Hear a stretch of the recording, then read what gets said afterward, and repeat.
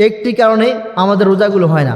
মনে রাখবেন, রমাদান মোবারকে একটি ভুল করবেন না। এই একটি ভুল করার কারণে আমার আপনার কষ্টের রোজা, কষ্টের ইবাদাত নষ্ট হয়ে যাচ্ছে, উপবাস হচ্ছে, রোজা রাখতেছে ঠিকই, কিন্তু আমাদের রবের কাছে কোনো সোয়াব, কোনো কল্যাণ হচ্ছে না।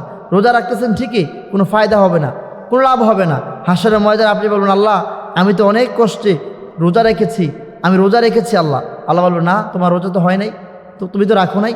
তখন আপনার সার্টিফিকেটে 0 থাকবে, কোনো আপনি কল্যাণ পাবেন না। শুধু একটি ভুল, আপনি যেন অবাক হবেন, সহিহ বুখারীর হাদিস, অধিকাংশ মানুষের রোজাগুলো হয় না একটি ভুলের কারণে। একটি ভুল রমজান মাসে কোনোভাবে করা যাবে না। রমজান মাস হচ্ছে প্রশিক্ষণের মাস, রমজান মাস হচ্ছে আমলের মৌসুম, রমজান মাস হচ্ছে এমন একটা মৌসুম, যেই মৌসুম মনে করেন একজন ব্যবসায়ী, তার ব্যবসায় একটা মৌসুম থাকে। এই মৌসুমের সময় ব্যবসায়ী কী করে? ভালো করে খাবার দাবার খায় না, ভালো করে ঘুমায় না, এমনকি কারো বাড়িতে বেড়াতেও যায় না। কারণ কি? এখন ব্যবসার মৌসুম। এই অবস্থায় গেলে তার ব্যবসা লোকসান হতে পারে। বছরে একটা সময় আসে, ঠিক আমলের মৌসুম, আমলের যেটা মৌসুম রয়েছে তা হচ্ছে রমাদান মোবারক। এই সময় যদি আপনি মিস করেন, এই সময় যদি আপনি ভুল করেন, তাহলে বলেন তো আপনার মতো হতভাগা, আপনার মতো আমার মতো পোড়া কপাল আর কে হতে পারে?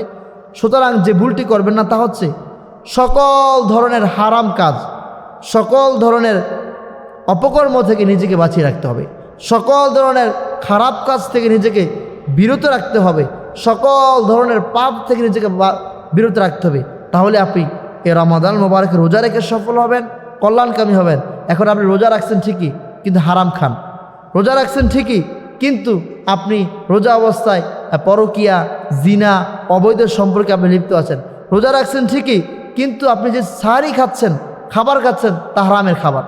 রোজা রাখছেন ঠিকই, আপনি যে কাপড় পরিধান করছেন তা হারাম কাপড়, হারাম টাকা দিয়ে আপনি কিনছেন, রোজা হবে না।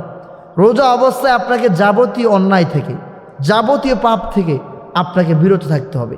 রোজার মাসে এই পাপ থেকে যদি আপনি বাঁচতে পারেন, এই একটি ভুল থেকে যদি, সকল ধরনের গুনাহ থেকে যদি নিজেকে সেভ করতে পারেন, আপনি কামিয়াব হয়ে গেছেন, আপনি সফল হয়ে গেছেন।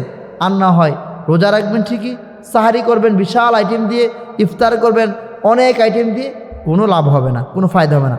তাহলে আমরা কি করব? রমজান মাসে সকল ধরনের পাপকে আমরা পরিহার করব, সকল ধরনের পাপ থেকে আমরা নিজেকে বেঁচে থাকবো ইনশাআল্লাহ।